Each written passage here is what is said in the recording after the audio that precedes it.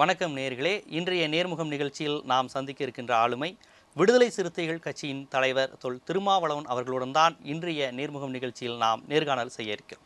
Sir வணக்கம். இன்றைய பொதுவான அரசியல் நிகழ்வுகள், உங்கள் இயக்கத்தினுடைய தாக்கம் தமிழகத்தில் எந்தளவு இருக்கிறது, இன்னும் நீங்கள் என்னென்ன திட்டங்களை வைத்திருக்கிறீர்கள் போன்ற பல்வேறு தரப்பான கேள்விகள் தான் இன்று உங்கள் முன் இருக்கிறது. அது குறித்து தான் நம்ம விரிவாக பேச இருக்கிறோம். இப்போ முதல் கேள்வியாக, இன்றைக்கி அரசியல் வாழ்க்கையில் இயக்கம் ஆரம்பித்து உங்களுடைய அரசியல் பயணம் என்பது கால் நூற்றாண்டை தாண்டி விட்டது. இந்த சூழ்நிலையில் இப்போ நீங்கள் விடுதலை சிறுத்தைகள் ஆரம்பித்த காலகட்டத்திலிருந்து இப்போது ஒப்பிடும்போது எந்த அளவுக்கு சாதி ஒழிப்பு, நீங்கள் முன்னிறுத்திய பெண் விடுதலை, தேசிய இன விடுதலையில் எந்த அளவுக்கு வெற்றி அடைஞ்சிருக்கீங்க, எந்த அளவுக்கு தாக்கத்தை விடுதலை சிறுத்தைகள் ஏற்படுத்தியிருக்குன்னு நினைக்கிறீங்க? கால் நூற்றாண்டு காலம் கடந்து வந்திருக்கிறோம். அதில் கிட்டத்தட்ட 10 ஆண்டு காலம் நாங்கள் தேர்தல் அரசியலில் ஈடுபடவில்லை. தேர்தல் புறக்கணிப்பு அரசியலில் இருந்தோம். தேர்தல் அரசியலுக்கு கிட்டத்தட்ட 13 ஆண்டுகளுக்கு மேலாகிறது. இந்த 13 ஆண்டு கால அரசியலில் தான் நாங்கள் மெயின் ஸ்ட்ரீம் என்று சொல்லப்படக்கூடிய ஒரு மைய நீரோட்ட அரசியலில் ஓரளவுக்கு இடம் பிடித்திருக்கிறோம். எல்லா அரசியல் கட்சிகளோடும் இணைந்து பணியாற்றக்கூடிய, கருத்து சொல்லக்கூடிய ஒரு இடத்தை பெற்றிருக்கிறோம். ஆகவே ஓரளவுக்கு இந்த கொள்கை தளத்தில் அல்லது நாங்கள் செயல்படுகிற களத்தில் ஒரு தாக்கத்தை ஏற்படுத்தியிருக்கிறோம் என்று தான் சொல்ல முடியுமே தவிர பெரிய வெற்றி பெற்றுவிட்டோம் என்று சொல்ல முடியாது. சாதி ஒழிப்பு, தமிழ் தேசியம், மகளிர் விடுதலை, வல்லரசிய எதிர்ப்பு, பாட்டாளி வர்க்க விடுதலை என்று 5 வகையான கொள்கை களங்களை அமைத்து கொண்டு நாங்கள் போராடி கொண்டிருக்கிறோம். அதில் எனக்கு தெரிந்து சாதி ஒழிப்பை நேரடியாக அரசியல் அறிக்கையில் அல்லது கொள்கை அறிக்கையில் வேறு எந்த அரசியல் கட்சியும் வைத்திருப்பதாக எனக்கு தெரியவில்லை. அதற்கு உடன்பாடானவர்கள் இருக்கிறார்கள். சாதியை ஒழிக்க வேண்டும் தான். நீங்கள் சொல்கிறது வாக்கு அரசியல் கட்சி இல்லை, வாக்கு அரசியல், சாதி ஒழிப்பு பிரதானமாக கொண்ட அரசியல் கட்சிகள், தேர்தல் கட்சி இல்லை. அரசியல் கட்சியில் தான் நான் பற்றி பேசுகிறேன். தேர்தல் அரசியல் கட்சிகளில் சாதி ஒழிப்பை நேரடியாக ஒரு கொள்கை முழக்கமாக அல்லது கொள்கை அறிக்கையாக முன்வைத்திருப்பதாக எந்த அரசியல் கட்சியும் நான் பார்க்கவில்லை. விடுதலை சிறுத்தைகள் அதை முதல் கொள்கையாக அதை வைத்திருக்கிறது. இடதுசாரிகள் கூட சாதி ஒழிப்பைக்கு உடன்பாடு உள்ளவர்கள். ஆனால் அவர்கள் பாட்டாளி வர்க்க விடுதலையை பிரதானப்படுத்துகிறார்கள். சாதியை ஒரு மேல் கட்டுமானமாக பார்க்கிறார்கள். சாதி ஒழிப்பு என்பது தனியே நடத்தப்பட வேண்டிய ஒன்று அல்ல என்று கருதுகிறார்கள். நீங்கள் சாதி ஒழிப்பையும் தேசிய இன விடுதலையும் அடிமான பிரச்சனையாக பார்க்குறீங்க. அந்த எங்களுடைய முக்கியமான அடிமான பிரச்சனையாக அல்லது அந்த கொள்கையினுடைய அடிப்படை கொள்கைகளை ஒன்றாக நாங்கள் பார்க்குறோம். அந்த அடிப்படையில் எங்களுடைய செயல்பாடுகளை நாங்கள் முன்னெடுத்து செல்கிறோம். ஆனால் தேர்தல் அரசியலில் இது அங்கும் இங்கும் சில நேரங்களில் உரசல்களை அந்த வேகத்தை அது தடை செய்கிறது.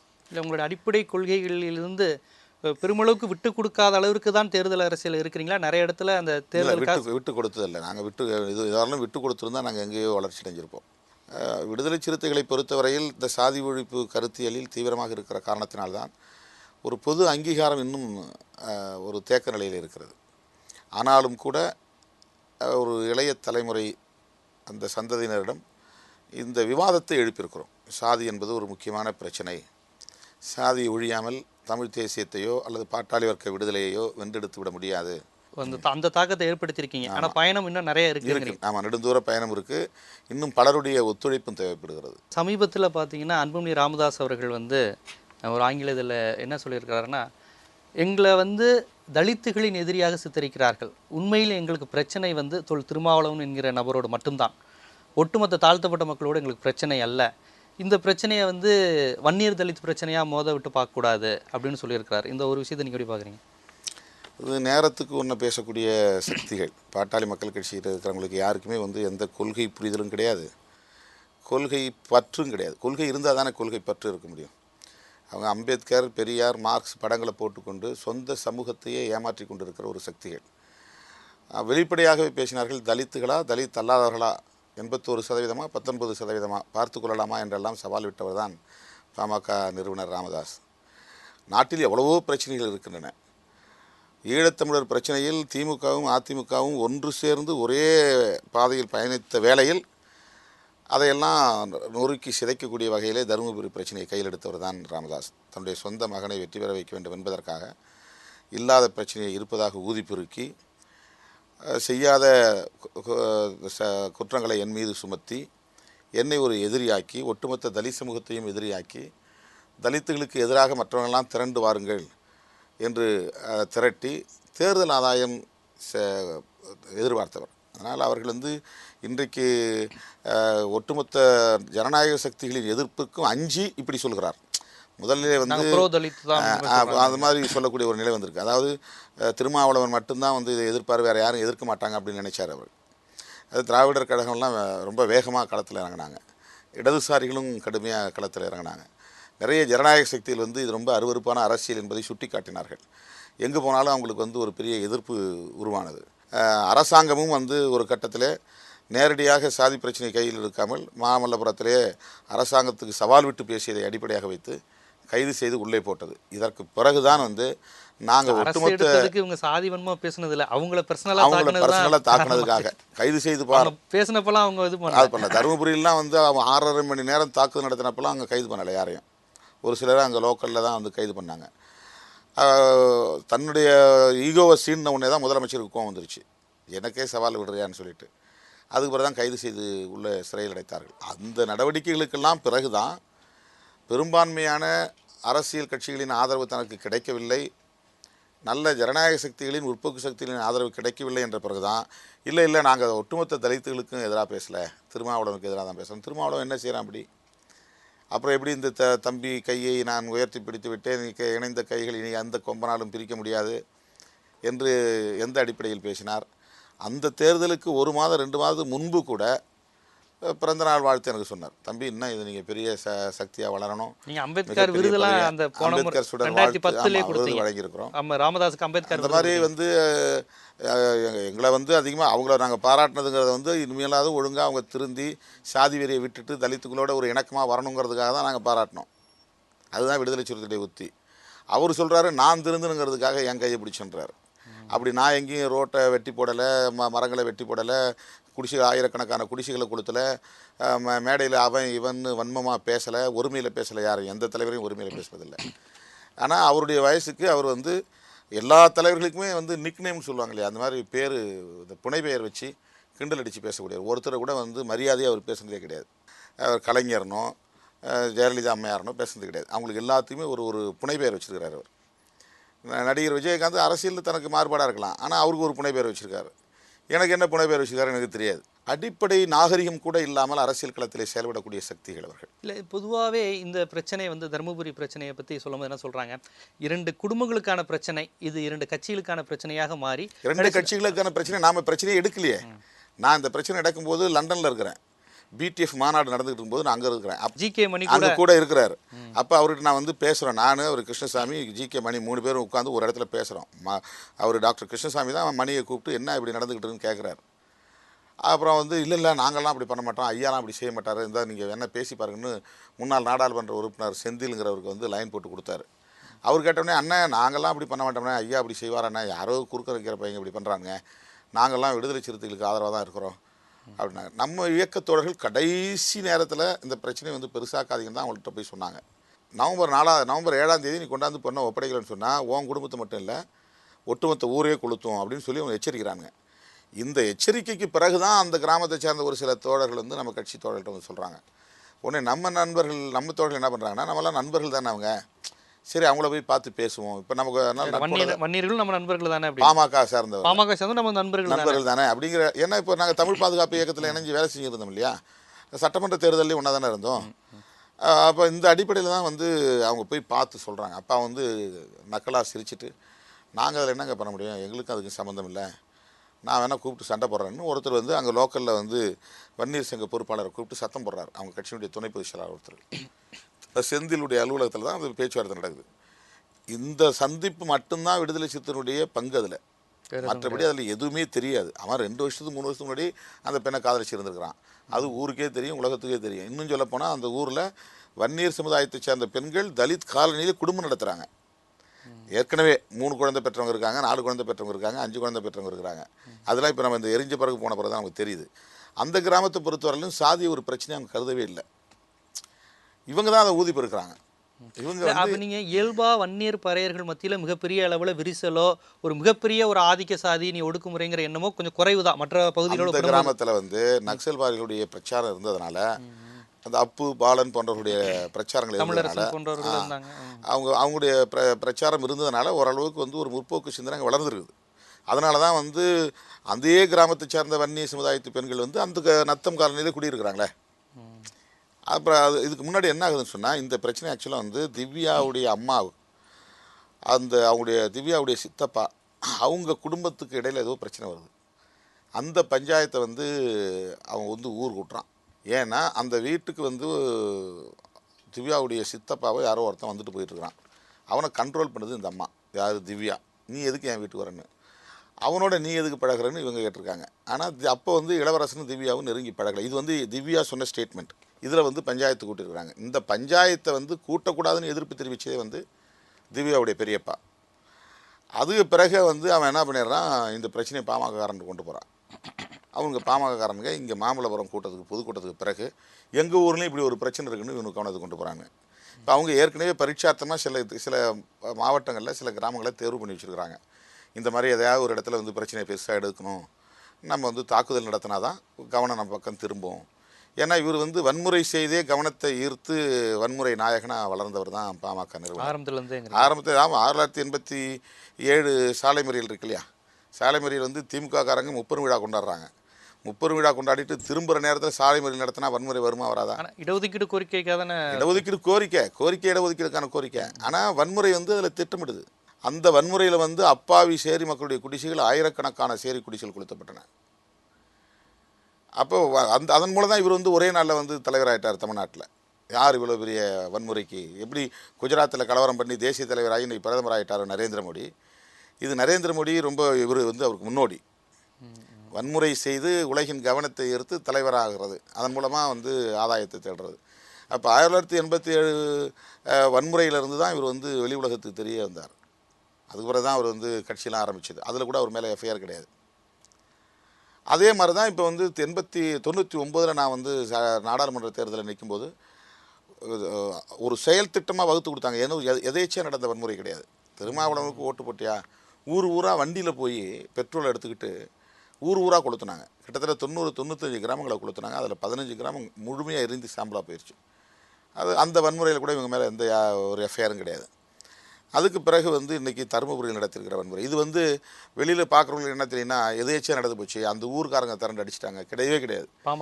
பாமகக்காரங்க பல மாவட்டங்கள்லேருந்து ஆட்களை திரட்டி இருந்தது. அந்த தருமபுரியில் எத்தனை பேர் வந்தாங்க, அது எல்லா கட்சிக்காரங்களையும் அவங்க கூப்பிட்டுக்கிறது, பஞ்சாயத்துக்கு கூப்பிட்டுக்கிறது. தாக்குதல் நடத்தியது யார், அது தயார் பண்ணது யார்?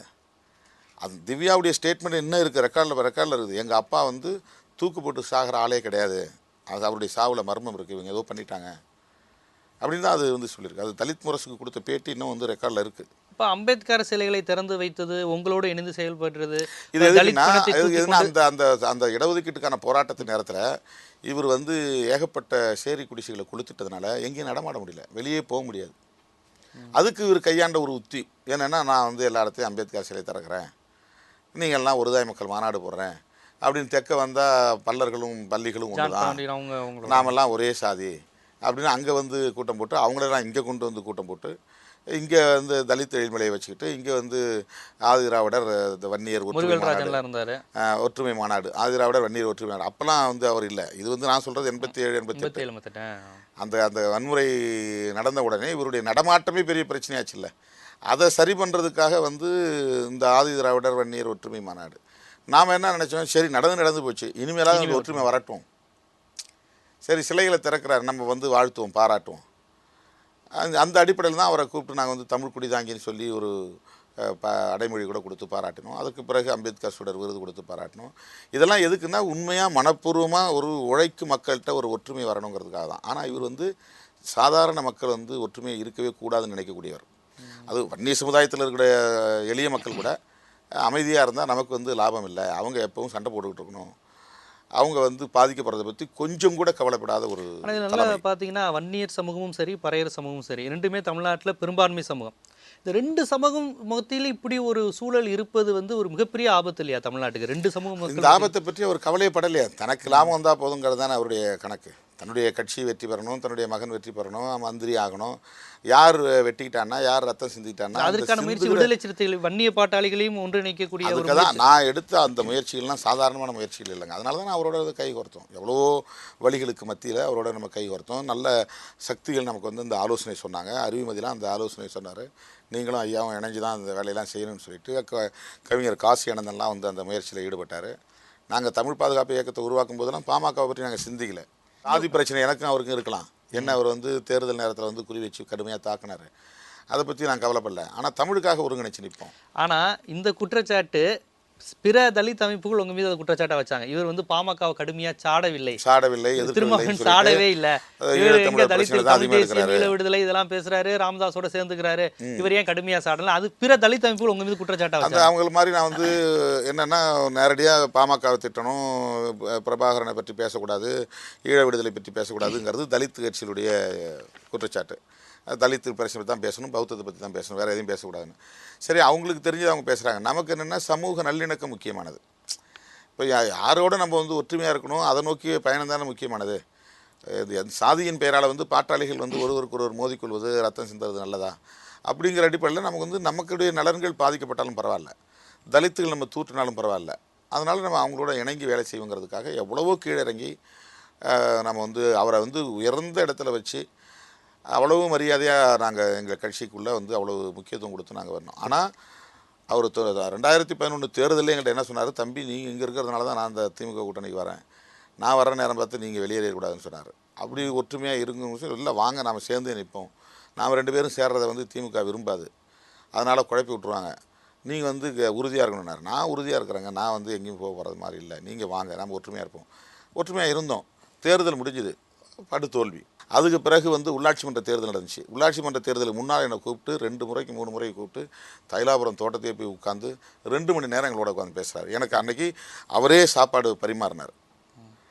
ஒரு ஒரு ஒரு மணி நேரம் 1.5 மணி நேரம் எனக்கு வந்து நீங்கள் உடற்பயிற்சி செய்யணும், இரவு நேரத்தில் வந்து பயணம் செய்யக்கூடாது, ஒரு மருத்துவராக ஒரு தந்தை மாதிரி உட்காந்துட்டு சொல்லியிருந்தார். அந்த மாதிரி அப்படிலாம் இருந்தவர் திடீர்னு இப்படி மாறுறாருன்னா, நான் அப்புறம் விசாரித்து பார்க்கும்போது அவங்க வந்து ஆர்எஸ்எஸ் இயக்கத்தினுடைய தலைவர்களெல்லாம் சந்தித்து அவங்க கொடுத்த ஆலோசனை அடிப்படையில் தான் இவர் வந்து இந்த மாதிரி செயல்படுறாருன்னு அவங்க கட்சியிலே முக்கியமான ஆட்கள், அண்ணா என்னென்ன பண்ணுறது, ஐயா போகிற போக்கு எங்களுக்கு பிடிக்கலண்ணே, சின்னையாவுக்கு கூட அதுக்கு உடன்பாடு கிடையாது, இவர் ஏன் இவ்வளோ வெறித்தனமாக போகிறாருன்னு தெரில அப்படின்னு சொன்னவங்க பல பேர் உண்டு அந்த கட்சியில் முக்கியமான ஆட்கள்.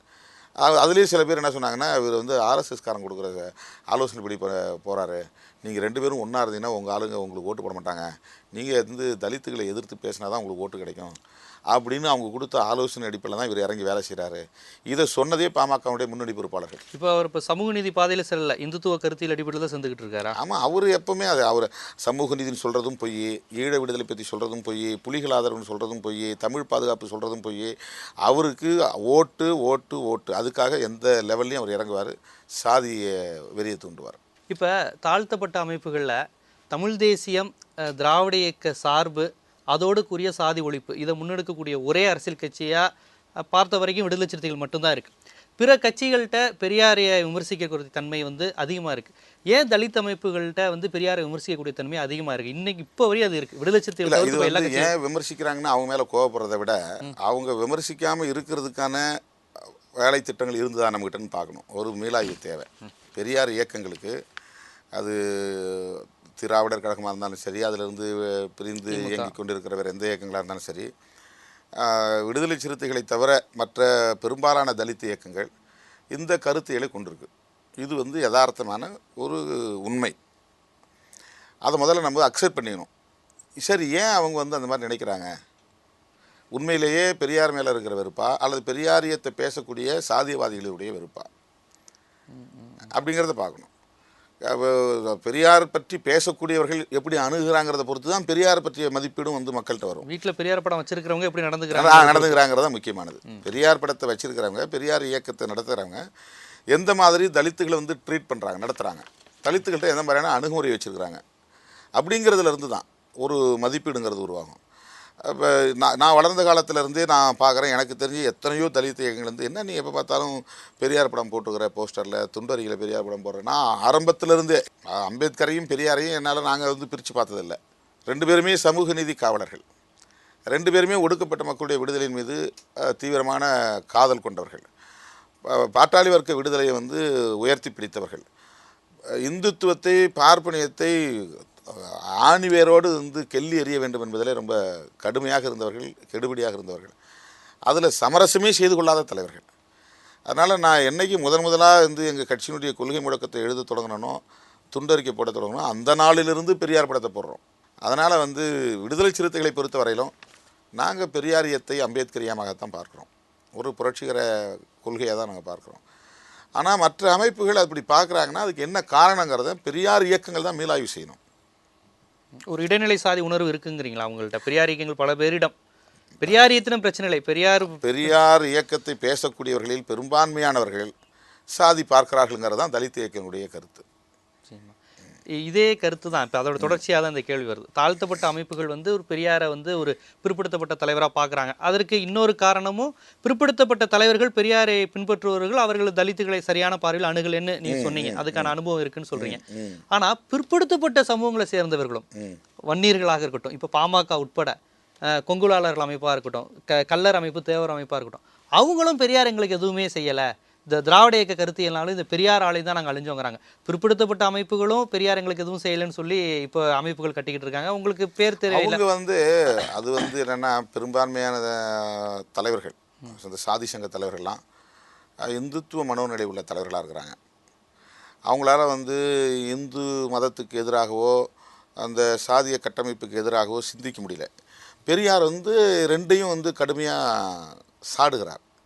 இந்து மதம் தான் உன்னை வந்து இழிவுபடுத்துது, உன்னை சூத்திரன்னு சொல்லுது, சூத்திரன்னு சொன்னால் நீ வந்து முறைப்படி பிறந்தவன் அல்ல அப்படிங்கிறது வந்து அதுக்கு பொருள், அதனால் நீ வந்து உன்னை இந்துன்னு உணராத, நீ இந்துன்னு ஏற்றுக்கொள்ளாத அப்படின்னு அவர் சொல்கிறார். அதனால் அவங்களுக்கு பிடிக்கல. அந்த சாதியவாதிகள் வந்து எப்பவுமே சாதியவாதிகள் பெரியாரை ஏற்றுக்கொள்ள முடியாது.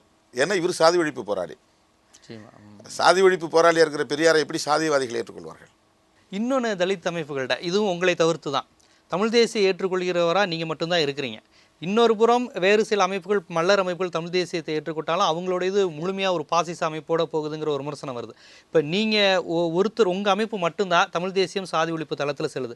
தமிழ் தேசியத்தை நீங்கள் ஏற்றுக்கொள்வதையும் பிற தலித் அமைப்புகள் கடுமையாக விமர்சிக்கிறாங்க. இதை எப்படி பார்க்குறீங்க? அதாவது இங்கே சேரியில் பிரச்சனைலாம் தீர்ந்துருச்சா? திருமாவளவன் வந்து தனித்தமிழ்நாடு கோரிக்கை, மாநில சுயாட்சி, தமிழ் ஈழம், இந்த மாதிரி பிரச்சனைகளை அவர் முக்கியத்துவம் கொடுக்குறாரு. ஏன் சேரியெல்லாம் அவர் திருத்திட்டாரா அப்படின்னு பிற தலித் அமைப்புகள் வைக்கிற விமர்சனத்தை சாதி சங்கங்கள், அரசியல் கட்சிகள், புரட்சிகர இயக்கங்கள் அப்படின்னு இயக்கங்களை பிரித்து பார்க்கணும். இப்போ சாதி சங்கங்களாக இருக்கிறதுல தலித் அமைப்புகளும் ஒரு உறுப்பாக நீங்கள் பார்க்கலாம். பறையர் சங்கம், பல்லர் சங்கம், நாங்கள்லாம் தேவேந்திர குல வேளாளர், நாங்கள்லாம் அருந்ததியர்கள் அப்படின்னு பேசுகிற சாதியவாத அமைப்புகள். இப்போ இவங்களுக்கு வந்து இந்த இஷ்யூ மட்டும் பற்றி பேசினா தான் திருப்திகரமாக இருக்கும். தலித் இஷ்யூ மட்டும் பற்றி பேசினா தான். அது அடுத்து வந்து தேர்தலில் நிற்கக்கூடிய அரசியல் கட்சிகள், தலித் அமைப்புகளாக இருந்தாலும் அல்லது வேறு எந்த அமைப்புகளாக இருந்தாலும் தேர்தலில் நிற்கிற அரசியல் கட்சிகள், தேர்தல் அரசியலில் ஈடுபடக்கூடிய கட்சியில் வந்து தலித்துகளை தாண்டி மற்ற ஜனநாயக சக்திகளையும் உள்வாங்கினா தான் அதுக்கு ஒரு புது அடையாளம் கிடைக்கும். அப்போ தான் அவங்க பொது நீரோட்டத்தில் இயங்க முடியும். பொது நீரோட்டத்தில் இயங்கணும், புது அடையாளம் தேவை. அப்போ பொது பிரச்சனைகளில் வந்து முகம் கொடுக்க வேண்டிய ஒரு தேவை எழுகிறது. இப்போ அந்த கட்சியை போய் இவங்கள மாதிரியே சிந்திக்கணும்னு நினச்சா மறுபடியும் இவங்க சாதி சங்கமாக தான் இருக்க முடியுமே தவிர இவங்க ஒரு தேர்தல் அரசியல் கட்சியாக ஒரு பொது நீரோட்டத்தில் இருக்கிற கட்சியாக இருக்க முடியாது. அப்போ தேர்தல் அரசியலில் ஈடுபடக்கூடிய கட்சிகளை போய் சாதி அமைப்பாகவே இயங்கணும்னு நினைக்கிறவங்களுக்கு நம்ம பதில் சொல்லவே முடியாது. ஒன்று, தேர்தல் அரசியலையும் தாண்டி புரட்சிகரமாக சிந்திக்கக்கூடிய இயக்கங்கள் இருக்குது. என்ன அப்படின்னு சொன்னால், எந்தெந்த தீய சக்திகள் இருக்கோ அத்தனை தீய சக்திகளையும் எதிர்த்து போராடணும், ஜனநாயக சக்திகளை எல்லாத்தையும் ஒருங்கிணைச்சிக்கணும், தேர்தலை பற்றி கவலைப்படாத இயக்கங்கள். இப்போது நான் என்ன சொல்ல வரேன், விடுதலை சிறுத்தையிலேருந்து இந்த சாதி அடையாளங்களை தாண்டி ஒரு பொது அடையாளத்தை நோக்கி முன்னேறி கொண்டிருக்கிற ஒரு இயக்கம், தேர்தல் கட்சியில் இருக்கிற ஒரு அரசியல் கட்சி. அதையும் தாண்டி நாங்கள் வந்து புரட்சிகர இயக்கங்களுக்கு இருக்கிற ஒரு அணுகுமுறையையும் நாங்கள் வந்து உள்வாங்கியிருக்கிறோம். எப்படின்னா, தேர்தலை 2ஆம் பட்சமாக வச்சுட்டு ஜனநாயக சக்தியில் யாராக இருந்தாலும் அவங்களோட இணைஞ்சி போராடுறது, அது சாதி ஒழிப்பு, தமிழ் தேசியம், இந்த மாதிரி விஷயங்களில். அதாவது தமிழ் தேசியத்தை நாங்கள் எப்படி பார்க்குறோம் அப்படிங்கிறதுக்கு தான் இப்போ நான் சொல்ல வரேன். தமிழ் தேசியத்தை வந்து பிற அமைப்புகள் தமிழ் தேசியம் சாதியவாதம் பேசுகிறவனும் தமிழ் தேசியம் பேசுகிறான். அப்போ நீங்கள் சில அமைப்புகள் சொன்னீங்க, தீவிர சாதி வெறியனாக இருப்பான் தமிழ் வாழ்கம்பான், தீவிர சாதி வெறியனாக இருப்பான் சேரிய கொளுத்துவான் பிரபாகரன் வாழ்கம்பான். அப்போ அவன் பேசுகிற தமிழ் தேசியங்கிறது தமிழ் தேசியம் கிடையாது. அது வந்து ஒரு மொழி வெறி, அது வந்து ஒரு இனவெறி. அதை தாண்டி இன்னும் சொல்லப்போனால் அது வந்து ஒரு ஹீரோ வர்ஷிப். ஏன்னா இவன் செய்ய முடியாததை பிரபாகரன் செய்கிறார். அவர் படையை கட்டுறாரு, அவர் வந்து ஒரு உலக நாடுகளை எதிர்த்து போராடுறாரு, கையில் ஆயுதம் ஏந்தி நிற்கிறாரு. தமிழன் வந்து இப்படிப்பட்ட ஒரு பெரிய வீரஞ்சரிதானாக இருக்கிறான், அதனால் நானும் அப்படின்னு இனப்பெருமையாக அதை பார்க்குறான். நாங்கள் எப்படி பார்க்குறோம் அப்படின்னு சொன்னால், தமிழ் தேசியம்தான் இந்தியாவில் இந்து தேசியத்திற்கு மாற்று அரசியல்னு பார்க்குறோம். இந்திய தேசியம் அல்லது இந்துத்துவ தேசியம் அப்படின்னு நீங்கள் இந்திய அளவில் இருக்கக்கூடிய அரசியல் எடுத்துக்கிட்டால் அதுக்கு வந்து அடிப்படையே இந்துத்துவம் தான். இந்திய தேசியத்திற்கு அடிப்படையே இந்துத்துவம் தான். ஏன்னா பெரும்பான்மைவாதங்கிற அடிப்படையில் தான் இந்திய தேசம் கட்டமைக்கப்பட்டிருக்கு. அதனால தான் பிஜேபி என்ன சொல்கிறான், இங்கே பெரும்பான்மை இந்துக்கள் வாழக்கூடிய தேசமாக இருக்கிறதுனால அது ஏன் இந்துஸ்தான்னு வைக்கக்கூடாதுன்னு அவன் கேட்குறான். இங்கே வந்து இந்து மதத்தை ஏன் வந்து அரசு மதமாக டிக்ளேர் பண்ணக்கூடாது, அறிவிக்கக்கூடாது அப்படின்னு அவன் கேட்குறான். தேசிய புனித நூலை அறிவிக்கக்கூடாதுன்னு கேட்குறான். அப்போ அது பெரும்பான்மை வாதம். அது அங்கே எப்படி சிங்கள பௌத்த பேரினவாதங்கிறமோ அது மாதிரி இங்கே வந்து இந்துத்துவ பேரினவாதங்கிறது இங்கே இருக்குது. இப்போ இந்த இந்திய தேசியங்கிறதுக்கு இந்தியாவிலேயே மாற்று அரசியலாக இருக்கிறது தமிழ் தேசியம் மட்டும்தான். அப்போது மொழி அடிப்படையில், இன அடிப்படையில் இந்திய தேசியம் கூடாது, நீ வந்து என்னை வந்து என்னுடைய மொழியை வந்து நீ சிறுமைப்படுத்தாத, என்னுடைய இனத்தை நீ சிறுமைப்படுத்தாத, எனக்குரிய மாநில உரிமைகளை கொடு அப்படின்னு மாநில சுயாட்சி கேட்ட ஒரே மாநிலம் தமிழ்நாடு தான். அப்போ இந்தியாவுக்குள்ள இந்திய தேசியத்தை எதிர்க்கிற துணிச்சல் கொண்ட ஒரு அரசியல் கொள்கை தமிழ் தேசியத்தில் தான் இருக்குது. அப்போ இந்துத்துவத்தை எதிர்ப்பதும் இந்திய தேசியத்தை எதிர்ப்பதும் ஒன்றுதான். அந்த அடிப்படையில் தான் இந்திய தேசியத்தை எதிர்ப்பதுன்னா எங்கே எதிர்க்கணும்னா சாதி ஒழிப்பிலிருந்து அது தொடங்குது. அப்போ தமிழ் தேசிய கொள்கையை சாதி ஒழிப்பு கொள்கையாக விடுதலை சிறுத்தைகள் பார்க்குறோம். தமிழ் தேசியம் பேசினா அது இந்திய தேசியத்துக்கு எதிரானது. பிற தாழ்த்தப்பட்ட தமிழ் தேசியத்தை எதிராக பார்க்குறது அவங்களுக்கு நம்ம சொல்ல வேண்டியிருக்குது. அது அவங்க வந்து என்னவா பார்க்குறாங்கன்னா தமிழ் தேசியத்தை எதிராக கூட அவங்க பார்க்கல. தமிழ் தேசியம் பேசுகிறவங்க சாதியவாதியாக இருக்கிறான். பிரபாகரனுக்காக வந்து வீரியமாக பேசுகிறவங்க, புலிகளுக்காக வீரியமாக பேசுகிறவங்க, ஈழ விடுதலைக்காக வந்து ஆவேசமாக பேசுகிறவங்க, பரமக்குடியில் 7 பேரை அடித்து படுகொலை செஞ்சது போலீஸு, யாரும் வெளியில் வரலையே, எல்லாருமே பயப்படுறாங்களே. அப்போ தமிழ் தேசியம் பேசுகிறவங்களும் வந்து சாதியவாதிகளாக இருக்கிறாங்கிறத வந்து புரிஞ்சுக்கிட்டதுனால தான் தலித் அமைப்புகள் அதை எதிராக பார்க்குறாங்க. இப்போ விடுதலை சிறுத்தைகள் மற்ற தாழ்த்தப்பட்ட அமைப்புகளிலிருந்து சாதி ஒழிப்பு, இந்திய எதிர்ப்பு, ஒட்டுமொத்த தமிழ் சமூக விடுதலை அப்படிங்கிறப்போ உங்களுடைய விடுதலையில் கண்டிப்பாக இடைநிலை சாதிகளும் சேர்த்து தான் அவங்களுக்கும் விடுதலைக்கு நீங்கள் போராடுறீங்கன்னு சொல்லிட்டீங்க. வன்னிய பாட்டாளிகளும் எங்களுக்கான இலக்குன்னு சொல்லிட்டீங்க. அதற்கான முயற்சிகளும் நீங்கள் ஈடுபட்டீங்க. ஆனால் அது பல நேரங்களில் தோல்வி அடைந்ததாக தான் வரலாறு இருக்குது. மூக்கியா தேவரவர்களுடைய மகன் உங்கள் அமைப்பில் சேர்ந்தார். மதுரை மேயர் இதுக்கு கூட வேட்பாளராக நீங்கள் நிப்பாட்டினீங்க. ஏன் வந்து உங்கள் மேலே ரொம்ப பாசமாக இருந்தார்? மூக்கியா பசும்பொண்ணு, அது பேரை கூட மூக்கியா பசும்பொண்ணுங்கிறது திருமா பசும்பொண்ணு மதுரை நகர் முழுவதும் சூரட்டி அடித்து பலர் ஆச்சரியப்பட்டாங்க. ஒரு பிரான்மலை கல்லர் மூக்கியா தேவரோட பையன் வந்து திருமா பசும்பொண்ணு பேரை மாற்றிக்கிட்டாரே அப்படிங்கிற அளவுக்குலாம் பேசினாங்க. ஏன் அந்த ஒற்றுமை வந்து நிலைக்கலை? அது என்ன காரணம்? அது என்ன பிரச்சனை இருக்கப்ப? இல்லை, ஒரு பிரச்சனையுமே இல்லை. வேட்பாளராக அறிவித்தோம், மகிழ்ச்சி அடைஞ்சார். 2 நாள் பிரச்சாரத்துக்கெலாம் போனார். திடீர்னு ஒரு நாள் நான் வேட்பாளர் இல்லைன்னு அவரே பின்வாங்கிட்டார். அதுக்கப்புறம் அவரை தேடவும் முடியல, அவரை சந்திக்கவும் முடியல. அது அதிமுக காரங்க ஏதோ கூப்பிட்டு அவரை வந்து கொஞ்சம் அச்சுறுத்தின மாதிரி கேள்விப்பட்டோம். அது மட்டும்தான் எனக்கு கிடைச்ச தகவல். இல்லை, நிறைய இடைநிலை சமூகங்கள் இப்போ நிறைய பேர் உங்கள் கட்சியில் இணைந்திருக்கிறாங்க. ஏன் தொடர்ந்து நிற்க முடியல? ஒரு ஆசாரி சமூகமோ, நாடார் சமூகமோ, மறவரோ, வன்னியர்களோ பல பேர் இணைஞ்சிருக்கிறாங்களே.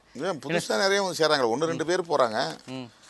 இப்போ குறிப்பாக பேரெலாம் சொல்ல வேண்டியதில்லை. சில பேர் முக்கிய பொறுப்புகளில் இருந்தாங்க. அப்புறம் தேர்தல் நேரத்தில் அவங்க எதிர்பார்த்த மாதிரி இடம் வந்து நமக்கு வாங்கி தர முடியல. அதில் ஒரு சிலர் வருத்தப்பட்டு வெளியே போனாங்க. இடத்தை பற்றியே கவலைப்படாமல் வந்து நிறைய தோழர்கள் இருக்கிறாங்க கட்சிக்குள்ளே. கொள்கை பூர்வமாக புரிஞ்சுக்கிட்டு பெரியாரை புரிஞ்சு கொண்டவங்க, அம்பேத்கரை புரிஞ்சு கொண்டவங்க விடுதலை சிறுத்தைகள் இருக்காங்க. நிறைய பிற்படுத்தப்பட்டவர்கள் இருக்காங்க. முக்கியமான பொறுப்புகள் இருக்காங்க. பொதுச் செயலாளர்களாக இருக்கிறாங்க, மாநில செயலாளர்களாக இருக்கிறாங்க, பொருளாளராக இருக்கிறாங்க. அது மாதிரி இஸ்லாமியர்கள் நிறைய இருக்கிறாங்க. இஸ்லாமியர்கள் பல பேர் இருக்கிறாங்க. இஸ்லாமியர் அல்லாத, தலித் அல்லாதவர்கள் நிறைய இருக்காங்க.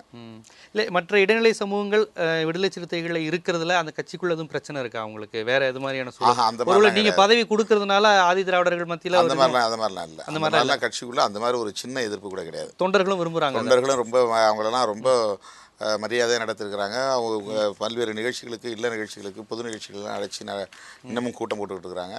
இப்போ இன்னொரு முக்கியமான கேள்வி, இடைநிலை சாதியினர் விடுதலை சிறுத்தைகளோடு இணையிறது, பிற்படுத்தப்பட்ட தாழ்த்தப்பட்ட ஒற்றுமை உங்களுடைய முக்கிய இலக்கு அப்படின்னு பதிவு செஞ்சுருக்கீங்க நம்ம நேர்முகத்தில். எத்தனை பள்ளர்கள் அருந்ததியர்கள் விடுதலை சிறுத்தைகள் இருக்கிறாங்க? கணிசமாக இருக்காங்க. இடைநிலை சாதியினரை விட அதிகமான அளவு சேர்ந்துருக்கிறாங்களா இந்த விடுதலை சிறுத்தைகள்? பொறுப்புகள் இருக்கிறாங்க. கீழே நிறைய கிளைகள் தென் மாவட்டங்கள்லாம் மதுரையெல்லாம் சொல்லப்போனால் இந்த குறிப்பிட்ட ஆதிதிராவிடர் பிரிவை விட அதிகமாக வந்து அருந்ததியர்களும் பள்ளர்களும் கட்சியில் இருந்து பணியாற்றிருக்கிறாங்க, இன்னும் பணியாற்றி கொண்டு இருக்கிறாங்க. விடுதலை சிறுத்தைகள் வந்து தமிழர் கட்சி அப்படிங்கிறது இலக்கு. இல்லை குறைந்தபட்சம் 3 அந்த தாழ்த்தப்பட்ட சமூகங்களுக்குமான கட்சிங்கிற பெயரை வந்து முழுமையாக பெற்றிருக்குன்னு நினைக்கிறீங்களா? கட்டாயமாக. அதில் எனக்கு எந்த ஐயமும் இல்லை. பெரிய இடைநிலை சாதிகள் உங்களை தலித் கட்சியாக பார்க்குறாங்க. தலித் மக்கள் முழுமையாக வந்து அந்த உணர்வு இப்போ வந்திருக்கா? ஓரளவு வெற்றி பெற்றிருக்கா? ஓரளவுக்கு வந்து அந்த அங்கீகாரம் கிடைச்சிருக்கு. இந்த கட்சியை நம்பி ஏராளமான தோழர்கள் வந்திருக்கிறாங்க. பொறுப்புகள் இருக்காங்க. மாவட்ட செயலாளர் இருக்காங்க, மாவட்ட துணை செயலாளர்களாக இருக்காங்க, துணை பொதுச் செயலாளர்களாக இருக்கிறாங்க, மாநில பொறுப்பில் இருக்கிறாங்க. நிச்சயமாக நல்லா வருது, நல்ல வரவேற்பு இருக்குது. அதுக்கான முயற்சிகளும் தொடர்ந்து நடைபெற்று. இதை நான் ஆரம்பத்தில் கேட்ட மாதிரி இந்த தேர்தல் அரசியலில் கொள்கையை சமரசம் பண்ணக்கூடிய சூழல் வந்ததான்னு கேட்டேன்ல. அப்போ இந்த 2009 வந்து திமுக மீது கடுமையான விமர்சனம் வந்தது. ஏன்னா திமுகங்கிறப்போ தான் கூடுதலான விமர்சனம் வந்தது. ஏன்னா ஈழத்தை பற்றி ஆரம்பகால தமிழகத்தில் அதிகம் பேசிய கட்சி, ஈழத்திற்காக நாங்கள் பதவியை பறிப்போனோம் போன்ற பல்வேறு விஷயங்கள் வச்சதுனால உரிமையோட யாரெல்லாம் திமுகவின் ஆதரவாளர்கள் வந்தாலும் அவங்களாம் விமர்சித்தாங்க.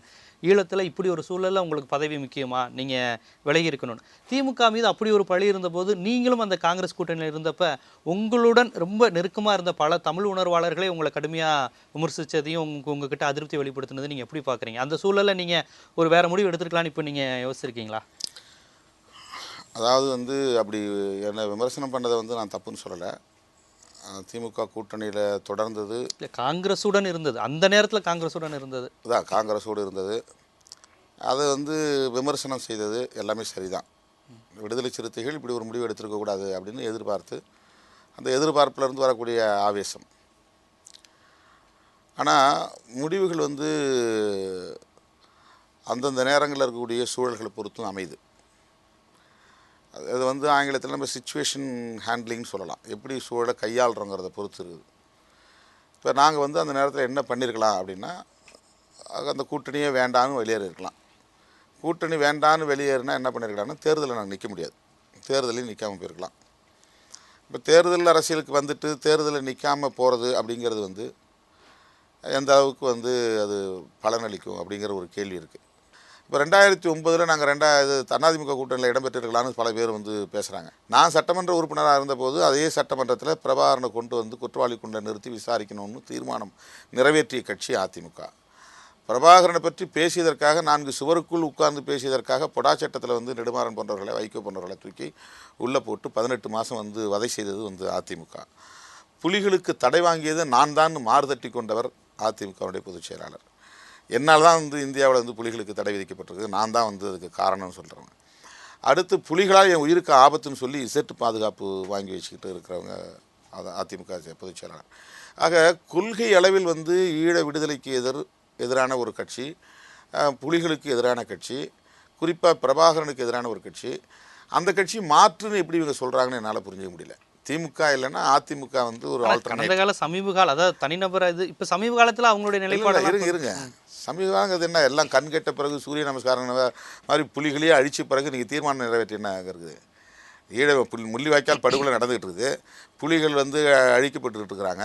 அந்த நேரத்தில் நான் ஆதரவு தீர்மானம் போடுறேன்னா அதுக்கு அதை விட ஒரு கிண்டல் நக்கல் வேறு எதுவும் இருக்க முடியாது. ஆனால் அதை இங்கே இருக்கக்கூடிய தமிழ் தேசியவாதிகள் ஆதரிச்சிட்டாங்க, அவங்க வந்து நமக்கு சாதகமாக பேசுகிறாங்க, அவங்க மனம் திருந்திட்டாங்கன்றாங்க. இதெல்லாம் ரொம்ப ஒரு என்ன சொல்கிறது வந்து ஒரு அநாகரிகமான ஒரு அரசியல். இது இப்படி பேசுகிறதுனால திமுக வந்து சரின்னு பேசுகிறதா பொருள் இல்லை. திமுக சரியில்லைன்னா அதிமுக எப்படி சரிங்கிறது தான் கேள்வி. இந்த இடத்துல இன்னொரு முக்கியமான செய்தி நான் சொல்ல விரும்புகிறேன். இது வந்து நாம் இட்டுக்கட்டிலாம் சொல்லலை, அது பல பேருக்கு தெரியும். களத்தில் வந்து அங்கே நின்றுக்கிட்டு இருந்த அரசியல் துறை பொறுப்பாளர் நடேசன் வந்து தமிழ்நாட்டில் முக்கிய தலைவர்கள் தான் பேசுகிறார் ஃபோனில். தமிழ்நாட்டுக்குள்ளே யாரெல்லாம் ஈழத்தமிழர்களுக்காக போராடுறாங்களோ அவங்கள்ட்டையும் சரி, திமுகவுடைய முன்னணி பொறுப்பாளர்கள்ட்டையும், கனிமொழி போன்றவங்கள்ட்டையும், அரசியல் துறை பொறுப்பாளர் நடேசன் தொலைபேசியில் பேசியிருக்காரு. அதெல்லாம் பின்னால் தான் எனக்கு தெரியும். என்கிட்ட பேசினார். என்கிட்ட அவர் பேசும்போது அதுக்கு முன்னாடி சேரலாதன் ஒரு தோழர், இப்போ அவர் இருக்கிறார், அவர் அங்கே சிறையில் தான் இருக்கார். அவர் என்ற தொலைபேசியில் வந்து ஆவேசமாக கத்துனார். நீங்கள் சோனியா காந்தியை திட்டினீங்கன்னா, காங்கிரஸை திட்டினீங்கன்னா மேலும் 10 குண்டு மேலே எங்கள் மேலே தான் போடுவான், எந்த நேரத்தில் எதை பேசுறது தெரியலையா? நடேசன் எப்படி பேசுறாரு? அவர் முன்னால் இருக்கிறவர், அவருக்கு முன்னாலே என்கிட்ட பேசுறாருல, சேரலாதன் என்கிட்ட பேசுறாரு. காங்கிரஸை வந்து நீங்கள் திட்டு எந்த நேரத்தில் எதை பேசுறது ஸ்ட்ராட்டஜி உங்களுக்கு தெரியாதா? காங்கிரஸை திட்டுறது, இந்திய அரசாங்கத்தை திட்டுறது வந்து இந்த இந்த நேரத்துக்கான உத்தி கிடையாது. நீங்கள் இந்த கூட்டணியில் இருக்கிறீங்க, இந்த அண்ணன் பேசுகிறார், பேசுங்க அப்படின்னு கொடுத்தாரு. அப்போ நடேசன் என்கிட்ட பேசினார், தம்பி நீங்கள் வந்து யார் என்ன சொன்னாலும் அதை பற்றிலாம் கவலைப்படாதீங்க, நீங்கள் வந்து திமுக கூட்டணியில் இருங்க, நீங்கள் ஜெயிக்கணும். காங்கிரஸ் நினைச்சாதான் இந்த போரை நிறுத்த முடியும், இந்திய அரசாங்கம் நினைச்சாதான் இந்த போரை நிறுத்த முடியும். அவங்கள திட்டிக்கிட்டே நம்ம வந்து போரை நிறுத்த மாட்டான். அடுத்து வந்து காங்கிரஸ் தான் ஆட்சி வர்ற மாதிரி தான் இருக்குது. இவங்க எல்லாம் பிஜேபி வரும்னு சொல்கிறாங்க. அதெல்லாம் வந்து யார் ஆட்சி வந்தாலும் அதை பற்றி பிரச்சனை இல்லை. இப்போ நீங்கள் வந்து இந்திய அரசாங்கத்தை திட்டக்கூடாது. நீங்கள் 2 இடத்துலையும் நிற்கணும், 2 இடத்துலையும் ஜெயிக்கணும். இந்த கூட்டணிலே நின்று ஜெயிச்சு போயிட்டு நீங்கள் வந்து நம்ம பிரச்சனையை பேசணும். அண்ணன்ட்டு இந்த ஒப்புதலை நாங்கள் வாங்கிட்டோம் அப்படின்னாரு. பிரபாகரன்ட்டு இதை நாங்கள் பேசிட்டோம் அப்படின்னு. இது இப்போ நான் வந்து தேர்தலெலாம் முடிஞ்சு போச்சு, அண்ணன் இல்லை அல்லது வந்து நடேசன் இல்லைங்கிறதுனால சொல்கிறதா சில பேர் நினைப்பாங்க. அப்படி நினச்சாங்கன்னா அதை பற்றி நான் கவலைப்படல. அப்படி நான் பொய் சொல்ல வேண்டிய அவசியம் எனக்கு கிடையாது. 100க்கு 100 முழுமையாக உண்மையாக இது இந்த விவாதம் நடந்தது எங்களுக்கு இடையில். இப்போ இந்த சமயத்தில் இப்போ நீங்கள் அந்த தேர்தல் சூழல் அந்த நிர்பந்தங்களை சொன்னீங்க. இப்போ இருக்க தேர்தல் சூழலில் திமுக கூட்டணியில் தான் இப்போ நீங்கள் இருக்கீங்களா? அதாவது கூட்டணிங்கிறது ஒரு தேர்தல் நேர ஒப்பந்தம், ஒரு தற்காலிகமான ஒப்பந்தம். இது யாரும் வந்து ஒரு தேர்தல் கூட்டணி போட்டால் அடுத்த தேர்தல் வரணும் கூடவே இருக்கணும்னு அந்த கட்சியும் சொல்கிறது கிடையாது, நாமளும் அப்படி நினைக்கிறது கிடையாது. ஒரு கூட்டணிக்கு பிறகு ஒரு நட்பு தொடருது. ஒரு நட்பு தொடருதுங்கிறது வந்து சாதாரணமானது. தமிழ்நாட்டுக்குள்ளே வந்து இடையில அவர் சொல்லி முடிச்சிடறேன். டெஸ்ஸோன்னு ஒரு அமைப்பு இருக்குது. அந்த அமைப்பில் நாங்கள் உறுப்பு இயக்கமாக இருக்கிறோம். அந்த உறுப்பு இயக்கமாக இருக்கிறதுனால நாங்கள் சில ஆலோசனைகளை சொல்கிறோம், போராட்டத்தில் வந்து பங்கேற்கிறோம். அதனால் அந்த நட்பு வந்து தொடர்றதாகவும் ஒரு வெளிச்சத்திலையும் இருக்கிற மாதிரியும் ஒரு தோற்றம் இருக்குது. அதனால் அடுத்த தேர்தலில் நாங்கள் கூடவே இருக்க போகிறோம் அப்படின்னு அதுக்கு அர்த்தம் கிடையாது. ஏன்னா அது அவங்களே விரும்புவாங்களாங்கிறதும் வேறு. ஏன்னா இப்போ நீங்கள் சொன்ன மாதிரி கேள்வி கேட்க வந்தீங்க, பாமகவுடைய திருமணத்தில் போய் கலந்துக்கிட்டாங்கன்னு. பாமக திருமணத்தில் கலந்துக்கிட்டது மட்டும் இல்லாமல் பாராட்டவும் செஞ்சாங்க. அவங்கெல்லாம் ரொம்ப நல்ல தலைவர்கள், பண்புள்ள தலைவர்கள், நெஞ்சத்தில் இடம் பிடித்திருக்கிற தலைவர்கள் அப்படின்லாம் பேசுகிறாங்க. இதெல்லாம் வந்து மேடைக்காக பேசுகிறது அல்லது பொதுமக்களுக்காக பேசுகிறது. அதனால் நம்ம அதை ஒன்றும் பெருசாக எடுத்துக்கலன்னு வச்சுங்க. நான் என்ன சொல்ல வரேன்னா, நட்புங்கிறது வந்து தேர்தலுக்காக மட்டுமே அப்படின்னு நம்ம வந்து பார்க்க முடியாது. ஆனால் நாங்கள் நட்பாக இருக்கிறோம். அது தேர்தல் நாங்கள் இருக்கிறதா வேண்டாமாங்கிறத அவங்க முடிவு பண்ணுவாங்க, அல்லது அந்த சூழலுக்கு தகுந்த மாதிரி நாங்கள் முடிவு பண்ணுவோம். இப்போ தமிழ்நாட்டில் அதிமுகவும் ஒரு ஊழல் வழக்கில் சிக்கியிருக்கு, திமுக மேலேயும் ஊழல் வழக்கு இருக்குது. இந்த சூழலில் இந்த திராவிட கட்சிகள் 2 திராவிட கட்சிகள் ஒரு அழிவு நோக்கி போகுது, இதை தனக்கு சாதகமாக பயன்படுத்திக்குவோம் அப்படிங்கிற பாரதிய ஜனதாவினுடைய போக்கு எப்படி பார்க்குறீங்க? பாரதிய ஜனதாவினுடைய இருத்தல்ங்கிறது தமிழகத்தில் சாத்தியமா? அதை நீங்கள் எப்படி பார்க்குறீங்க உங்கள் பார்வையில், ஒரு அரசியல் பார்வையாளராக? இல்லை, அதாவது அதிமுக திமுக ரெண்டும் அழிவு பாதையை நோக்கி போகுதுன்னு நான் வந்து பாஜகவுடைய பிரச்சாரம். அது திமுக ரெண்டுமே கேஸில் இருக்குது. அடுத்து ஒரு வெற்றிடத்தை 20% மேலே வாக்கு வங்கி கொண்ட வலுவான கட்சிகள். விமர்சனங்கள் இருக்கலாம், அவங்க வந்து தோல்வியை சந்திச்சிருக்கலாம், இவங்க சிறைக்கு போயிருக்கலாம். அதனால் வந்து அந்த கட்சிகளுக்குள்ள செல்வாக்கு போயிடுச்சு அப்படின்னு வந்து நான் பார்க்கல. ஆனால் இந்த சரிவை பின்னடைவை பயன்படுத்தி தன்னுடைய கட்சியை வளர்த்து கொள்ளலாம்னு சொல்லி பாரதிய ஜனதா வந்து செயல் திட்டங்களை தீட்டலாம். அதுக்கு ஆர்எஸ்எஸ் போன்ற இயக்கங்கள் கீழே இறங்கி வேலை செய்கிறாங்க, பல்வேறு இந்து அமைப்புகள் கீழே இறங்கி வேலை செய்கிறாங்க. அதில் குறிப்பாக தலித் இயக்கங்களே, தலித் அமைப்புகளை வந்து டார்கெட் பண்ணுறாங்க. சாதியவாத தலைவர்கள் எல்லாத்தையும் அவங்க வந்து கூடி பேசுகிறாங்க. தலித் அமைப்புகளையும் டார்கெட் பண்ணுறாங்க ஆர்எஸ்எஸ். ஆமாம், ஆனால் தலித் இயக்கங்களால் வந்து பெருசாக பாதிப்பு ஏற்படாதுங்க. ஏன்னா அவங்க வந்து இந்த மாதிரியான இயக்கங்களுக்கு கூட போய் அதை வலிமைப்படுத்துறதுங்கிறத விட சாதியவாதிகள் கூட போய் வலிமைப்படுத்துறது தான் வந்து அபாயகரமானது. இப்போ தமிழ்நாட்டை பொறுத்தவரையிலும் சாதி சங்கங்களை வச்சு நடத்துகிற தலைவர்களும் சரி, அரசியல் கட்சியில் வச்சு நடத்துகிற தலைவர்களும் சரி, ஒரு சாதியவாத மனப்பான்மை அல்லது இந்துத்துவ மனப்பான்மைங்கிறது ரொம்ப அதீதமாக மேலோங்கி இருக்குது. அதனால் அவங்க வந்து பாரதிய ஜனதாவை வந்து உள்வாங்கிறதுங்கிறது வந்து கொஞ்சம் ஒரு எளிதான விஷயந்தான். அது ஒன்றும் ரொம்ப கடினமானதுன்னு என்னால் சொல்ல முடியாது. அதுக்கு வந்து இடம் கொடுக்கறதுக்கு திமுகவும் அதிமுகவும் எந்த அளவுக்கு வலுவாக எதிர்த்து நிற்கிறாங்கிறத பொறுத்து தான் அது அமையும். ஆனால் என்னை பொறுத்தவரையிலும் இந்த தேர்தலில் அது நடக்காது. ஒருவேளை அடுத்த 5 ஆண்டுகளுக்கு பிறகு வேணால் அப்படி ஒரு பலவீனம் இருக்கலாம். திமுக ரெண்டுமே தடுக்கக்கூடிய இதாக மாறணுங்கிறது அவங்களுடைய சக்தி எந்த அளவுக்கு பலமாக இருக்குங்கிறத பொறுத்து தான் அவங்களுடைய முயற்சி வெற்றி பெறும். ஆனால் இன்றைக்கி என்னுடைய பார்வையில் திமுகவும் அதிமுகவும் வலுவாக தான் இருக்குது. அவ்வளோ எளிதாக வந்து பாரதிய ஜனதா வந்து இங்கே வேரூன்றி விட முடியாது அப்படிங்கிறது என்னுடைய கருத்து. இப்போ சமீப காலமாக வந்து ஆர்எஸ்எஸ்ஸினுடைய போக்கு வந்து அம்பேத்கரை அவங்க முழுமையாக ஏற்றுக்கிறாங்க. முழுமையாக ஏற்றுக்கிறதா சொல்கிறாங்க அவங்க. அம்பேத்கரை வந்து நாங்கள் ஏற்றுக்கிறோம், நாங்கள் பூஜிக்கிறோம், நாராயணகுருவை ஏற்றுக்கிறோம், ஐயன்காளி, ஜோதிராம் பூலேலேருந்து எல்லாரையும் நாங்கள் ஏற்றுக்கிறோம், தலித் அமைப்பினர் அமைப்பு தலைவர்கள் அனைவரையும் நாங்கள் ஏற்றுக்கொள்கிறோங்கிறாங்க. பெரியார் இடதுசாரிகள் இந்த அமைப்பை விமர்சிக்கிற அளவுக்கு அவங்க வந்து அம்பேத்கரை விமர்சிக்கிறதில்ல. அது மட்டும் இல்லை, நிறைய விஷயங்கள் அம்பேத்கர்ட்ட வந்து கோட் பண்ணி தான் அவங்க வந்து இஸ்லாமியர்களுக்கு எதிரான விஷயங்களே நிறைய சொல்கிறாங்க. காமன் சிவில் கூட அம்பேத்கர் ஆதரித்தார் அப்படிங்கிறாங்க. காஷ்மீர் பிரச்சனையில் அவர் வந்து இந்தியாவோட காஷ்மீர் இருக்கணும்னு பேசினார், காஷ்மீருக்கு இவ்வளோ சலுகை கொடுக்கக்கூடாதுன்னு சொன்னார், காஷ்மீர் ஒரு மாநிலத்துக்கு இவ்வளோ கொடுக்கக்கூடாதுலாம் சொன்னார், எதுக்கு இவ்வளோ வீண் செலவுலாம் சொன்னாருங்கிறாங்க. இந்த மாதிரி வாதங்களை எப்படி பார்க்குறீங்க? அம்பேத்கர் ஆர்எஸ்எஸ் ஆதரிக்கிற அந்த விஷயத்தை நீ எப்படி பார்க்குறீங்க? இல்லை, அதாவது வந்து இன்னைக்கு தலித் மக்கள் மத்தியில் வந்து ஒரு விழிப்புணர்வு ஏற்பட்டிருக்கு. அவங்க ஒரு அரசியல் சக்தியாக அணிதிரண்டு வராங்க. இது வந்து அம்பேத்கருங்கிற அடையாளத்தை வச்சு தான் நடக்குது. அம்பேத்கருங்கிற அடையாளம் வந்து இந்த எழுச்சிக்கு அடிப்படையாக இருக்கிறதுனால அதையே ஊற்றி அவங்க கையில் எடுக்கிறாங்க. இப்போது ஏன் மோடியை வந்து பிரதமர் வேட்பாளராக நிறுத்தினாங்க? ஏன் ஒரு பார்ப்பனரை நிறுத்திருக்கலாம் அவங்க, அல்லது வந்து ஒரு வேறு யாரையாவது ஒருத்தர் வந்து அத்வானி போன்றவர்களோட நிறுத்திருக்கலாம். அவங்க என்னென்னா, இந்தியா முழுவதும் வளர்ந்து வந்திருக்கக்கூடிய மாநில தலைவர்கள் பெரும்பாலும் வந்து பார்ப்பனர் அல்லாத, தலித் அல்லாத தலைவர்கள். அவங்க வந்து இடைநிலை சமூகத்தை வந்து தன்னுடைய கட்டுப்பாட்டில் வச்சுருக்கிறாங்க பெரும்பான்மையாக. ஒவ்வொரு மாநிலத்தையும் எடுத்துட்டிங்கனாக்கா, தமிழ்நாட்டில் திமுக, அங்கே வந்து உத்தரப்பிரதேசில் வந்து முலாயம் சிங்கு, அந்த பீகாரில் லல்லு பிரசாத் யாதவ், அது மாதிரி நிதிஷ்குமார், இப்படி பார்த்திங்கன்னா எல்லாமே வந்து பார்ப்பனர் அல்லாதவர்கள். அதில் குறிப்பாக இப்போ அவங்களெல்லாம் வந்து தன்னுடைய கட்டுப்பாட்டுக்குள்ளே கொண்டு வரணும், அல்லது அந்த சமூகத்தை தன்னுடைய கட்டுப்பாட்டில் கொண்டு வரணும்னா பார்ப்பனர் அல்லாத ஒரு முகம் தேவைப்படுது. அதனால் மோடி வந்து முன்னிறுத்தி ஆர்எஸ்எஸ் இயக்கம். இது ஒரு யுக்திங்கிறீங்களா அம்பேத்கர் பயன்படுத்துறது? அது உத்தி. அதான் மோடி எப்படி பயன்படுத்தி சாதிய பார்ப்பனர் அல்லாத சாதி இந்து சமூகத்தெல்லாம் வளர்ச்சி போட்டாங்களோ, அந்த மாதிரி வந்து அம்பேத்கரை வந்து இப்போ அம்பேத்கர் ஜெயந்தி கொண்டாடுறது, அம்பேத்கரை வந்து சில இடங்களில் வந்து ஆதரித்து பாராட்டி பேசுகிறது, சில திட்டங்களை வந்து அறிவிக்கிறது, இதெல்லாம் வந்து தலித் இயக்கங்களையோ அல்லது தலித் சமூகத்தையோ சுவீகரிக்கிறதுக்கு, உள்வாங்கிறதுக்கான ஒரு முயற்சியாக உத்தியாக நான் பார்க்குறேன். இப்போ நீங்கள் சொன்னதுலேருந்தே நிறைய பேர் வந்து தொடர்ந்து கேட்குற விஷயம் வந்து இந்த எதுக்கு எடுத்தாலும் எதுக்கு பார்ப்பனர் எதிர்ப்பு பார்ப்பனர் எதிர்ப்புன்னு பேசுகிறாங்க, பார்ப்பனர் எதிர்ப்புக்கான தேவையெல்லாம் முடிஞ்சு போச்சு அப்படிங்கிற ஒரு விமர்சனம் வருது. அதை நீங்கள் எப்படி பார்க்குறீங்க?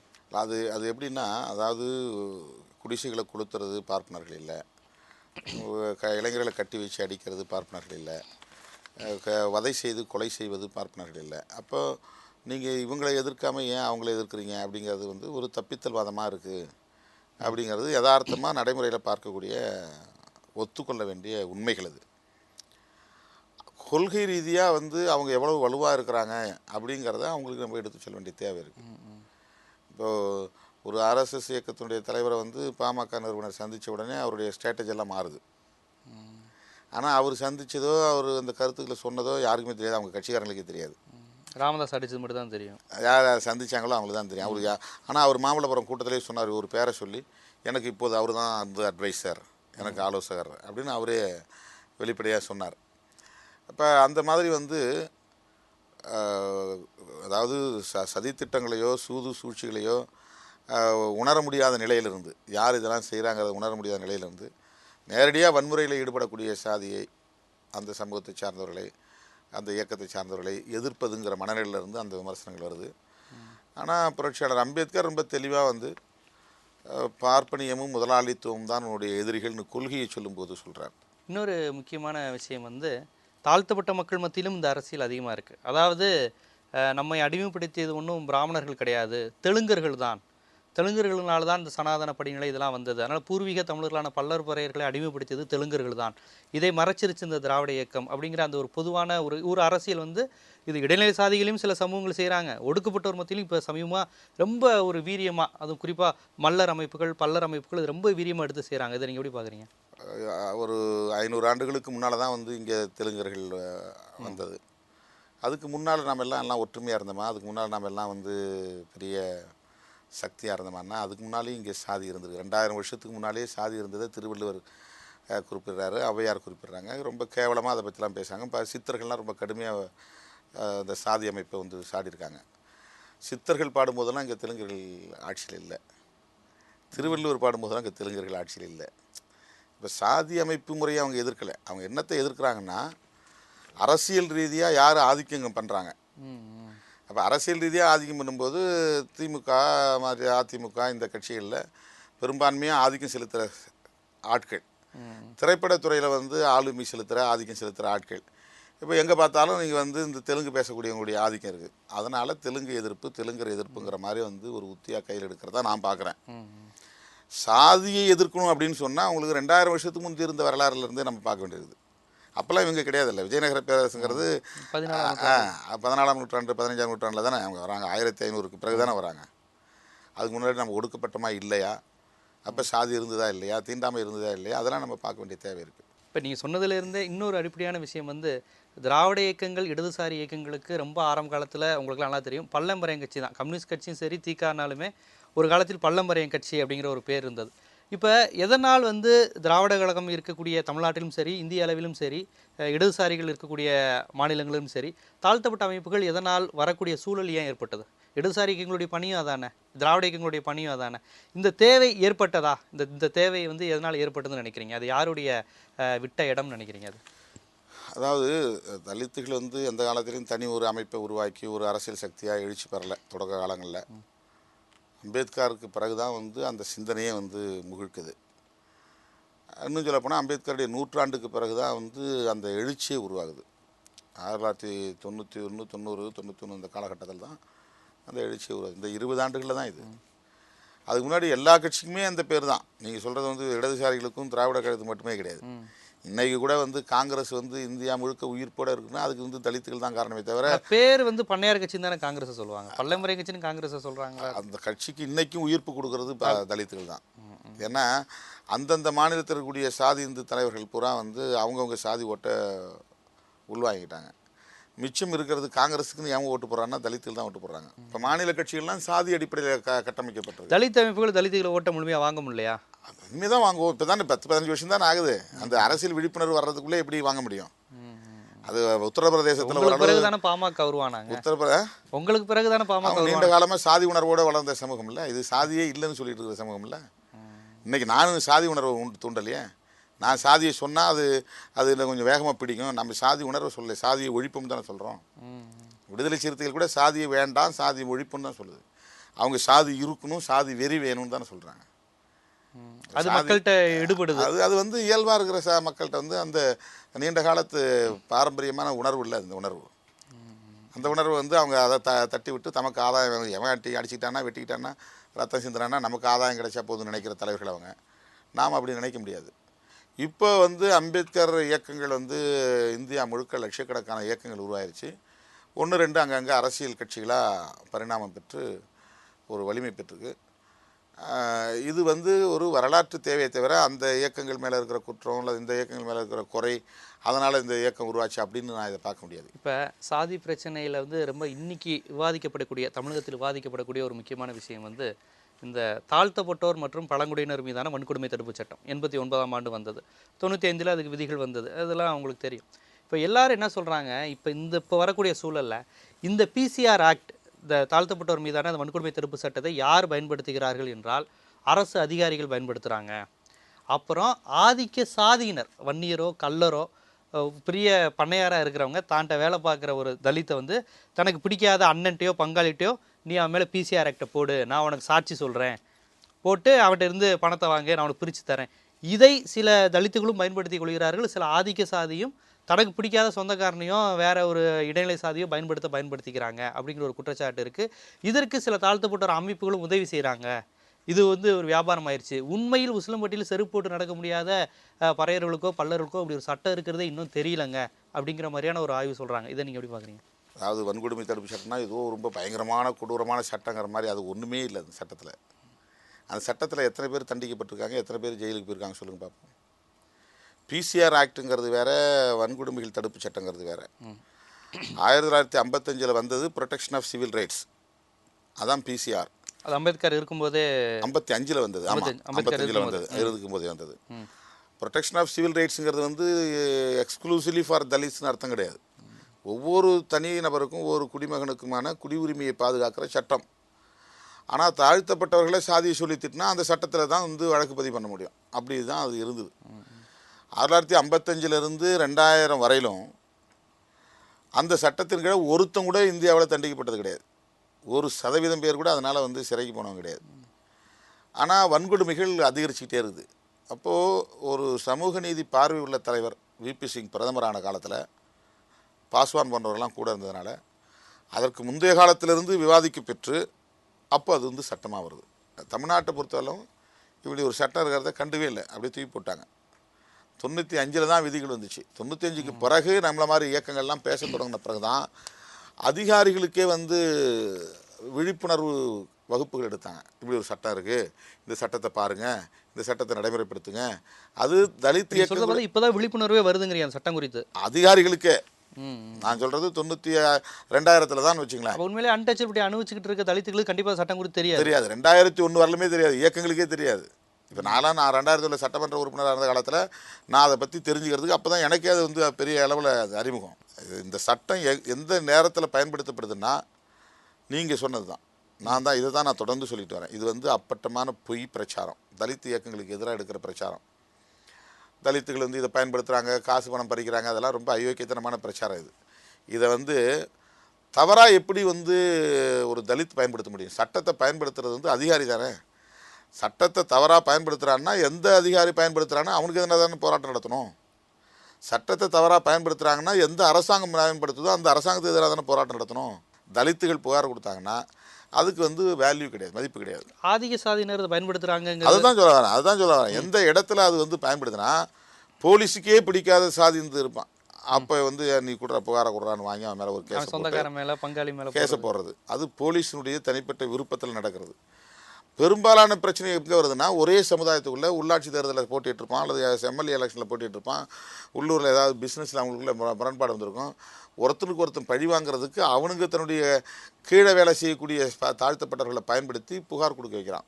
செலவை நான் பார்த்துக்கிறேன், நீ சும்மா புகார் கொடு, நான் பார்த்துக்கிறேன். அப்படி தான் இந்த சட்டம் தவறாக பயன்படுத்தப்படுதே தவிர இதை தலித்துகள் பயன்படுத்துகிறாங்க, தலித் இயக்கங்கள் பயன்படுத்துகிறாங்கிறதெல்லாம் வந்து ஒரு அருவருப்பான அரசியல். சாதிவாரி கணக்கெடுப்பு குறித்து பொதுவாக தலித் அமைப்புகள் பெருமளவு பெரிய பாசிட்டிவான கமெண்ட் சொல்கிறது இல்லைங்கிற ஒரு கருத்து இருக்குது, இல்லாட்டி கருத்தே சொல்கிறது இல்லைன்னு. ஏன் சாதிவாரி கணக்கெடுப்பு குறித்து தாழ்த்தப்பட்ட அமைப்புகள் கருத்து சொல்கிறதில்ல? உங்கள் கட்சியோட நிலைப்பாடு என்ன சாதிவாரி கணக்கெடுப்பு? இல்லை, சாதிவாரி கணக்கெடுப்பை வந்து விடுதலை சிறுத்தைகள் எதிர்க்கலை. அதில் ஒரு கிரிட்டிசிசம் வைக்கிறாங்க.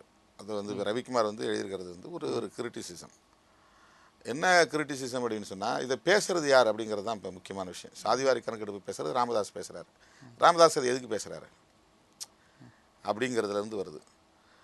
அடுத்து இன்னொரு விமர்சனம் என்னன்னா, ஒவ்வொரு சாதியும் தனித்தனியாக வந்து எங்களை வந்து நீங்கள் கணக்கெடுக்கணும், எங்களுக்கு தனித்தனியாக இடஒதுக்கீடு கொடுக்கணும் அப்படின்னு வந்து மேலும் வந்து உட்சாதி பிரச்சனைகளை வந்து கூர்மைப்படுத்தும். இந்த விமர்சனம் 2 விமர்சனங்கள் தான் அதில் இருக்கே தவிர விடுதலை சிறுத்தைகள் வந்து சாதிவாரி கணக்கெடுப்புக்கு எதிரான இயக்கம் இல்லை. வகுப்புவாரி பிரதிநிதித்துவத்தினுடைய அடிப்படையே வந்து நீங்கள் சொல்கிற மாதிரி சாதியாக எடுத்தா தானே. இப்போ அவங்க சொல்கிற மாதிரி பெரும்பான்மை சமூகத்தை சேர்ந்தவங்க இடைநிலை சாதியினர் அதை கோர்றதுனால ஆபத்து இருக்குன்னு வச்சுக்கிட்டாலுமே தமிழ்நாட்டில் வந்து இப்போ பறையர்களுமே பெரும்பான்மை சமூகம் தான். அதுவும் இந்த 3 தாழ்த்தப்பட்ட சமூகம் பெரும்பான்மை சமுதாயம் கேட்குறாங்கன்னா இப்போ நம்ம சிறுபான்மையாக இருக்கிறவங்கிற அச்சத்திலிருந்து சொல்ல வரல. இந்த மாதிரியான சாதிவாரி கணக்கெடுப்பு வரும்போது ஒவ்வொரு சாதியும் நாங்கள் இவ்வளோ இருக்கிறோம்னு பேச தொடங்கினா அது இன்னும் வந்து சாதி அரசியலை வந்து கூர்மைப்படுத்துங்கிற அச்சம் எடுக்கலைன்னா அதில் பேசுகிற ஆட்கள் வந்து ரொம்ப ஆபத்தான ஆட்கள். ஏன்னா சமூக நீதியை பேணக்கூடிய சாதி ஒழியணும்னு சொல்லக்கூடிய திராவிடர் கழகமும் இதை ஆதரிக்குது. நீங்க சொல்ற மாதிரி பாட்டாளி மக்கள் கட்சியும் ஆதரிக்குது. அதனால இது நம்ம கொஞ்சம் உள்ள திராவிடர் கழகம் ஆதரிக்கிறதுல வந்து வேற அணுகுமுறை இருக்கு. அவங்க வந்து இந்த சாதி விஷயங்களை கூர்மைப்படுத்தணுங்கிறதுக்காக இல்லை. அவங்க என்னன்னா குறிப்பாக வந்து பெரியார் என்ன நினைச்சாரு, நீ 3% தானே பார்ப்பனர்கள், நீ 50%. இன்னைக்கு இருக்கிற பார்வை வச்சுக்கோ, 50-50ன்னு பிரிக்கிறான். 50 ஓசி, 50 வந்து ரிசர்வ்டு கேட்டகரிஸ். அப்போ மிச்சம் இருக்கிற 50ல் யார் வந்து உட்கார்றா? அப்போ 3% அல்லது 8% இருக்கிற அந்த 3லேருந்து 5%க்குள்ளே 6% இருக்கக்கூடிய பார்ப்பனர்கள் மட்டுமே 50% சாப்பிட்றாங்க. எல்லா ஒடுக்கப்பட்ட சாதிகளிலிருந்து பிற்படுத்தப்பட்ட சாதிகள் அத்தனை பேரும் சேர்ந்து 50% இடஒதுக்கீடு. இப்போ இந்த அணுகுமுறையால் திராவிடர் கழகம் நீ சாதிவாரி கணக்கெடுப்பு நடத்து, ஆதிக்கம் செலுத்தக்கூடிய சாதியாக இருக்கிற உனக்கு என்ன பர்சன்டேஜோ நீ அதை வாங்கிக்க அப்படிங்கிறது திராவிடர் கழகத்தினுடைய கணக்கு. அது 100க்கு 100 சரி. ஆணைமுத்தும் அதுதான் சொல்றாரு, 100 விழுக்காடு இடஒதுக்கீடாக கொண்டு வா. அதுல அதான் உங்க பெரியார் உடன்பாடு சொன்னது. வகுப்புவாரி இடஒதுக்கீடு அதான் முழுமையானது. ஆமாம், முழுமையானது. அதுதான் பார்ப்பனர் பெரிய உட்பட எல்லாருக்கும் இடஒதுக்கீடு விகிதாச்சாரம். கொடுக்கணும் அப்படிங்கிறது. பட் இதையெல்லாம் கருத்தில் கொண்டு இந்த சாதிவாரி கணக்கெடுப்பை அணுகணுங்கிறது தான் விடுதலை சிறுத்தைகளுடைய. இன்றைய நேர்முகம் நிகழ்ச்சியில் சாதி ஒழிப்பு, தமிழ் தேசியம், இன்றைய திராவிட இயக்க அரசியல் நிலைப்பாடு, திராவிட இயக்க கருத்தியல் குறித்த விமர்சனங்கள் போன்ற பல்வேறு விதமான கேள்விகளுக்கு மிக விரிவாக ஆழமாகவே விடுதலை சிறுத்தைகளின் தலைவர் தொல் திருமாவளவன் அவர்கள் நமக்கு பதிலளித்தார் என்றே நாம் சொல்ல வேண்டும். இந்த நேர்முகம் நிகழ்ச்சியை தொடர்ந்து வேறொரு நேர்முகம் நிகழ்ச்சியில் இன்னொரு ஆளுமையுடன் உங்களை சந்திக்கும் வரை உங்களிடமிருந்து விடைபெறுவது ஜீவசகாப்த்.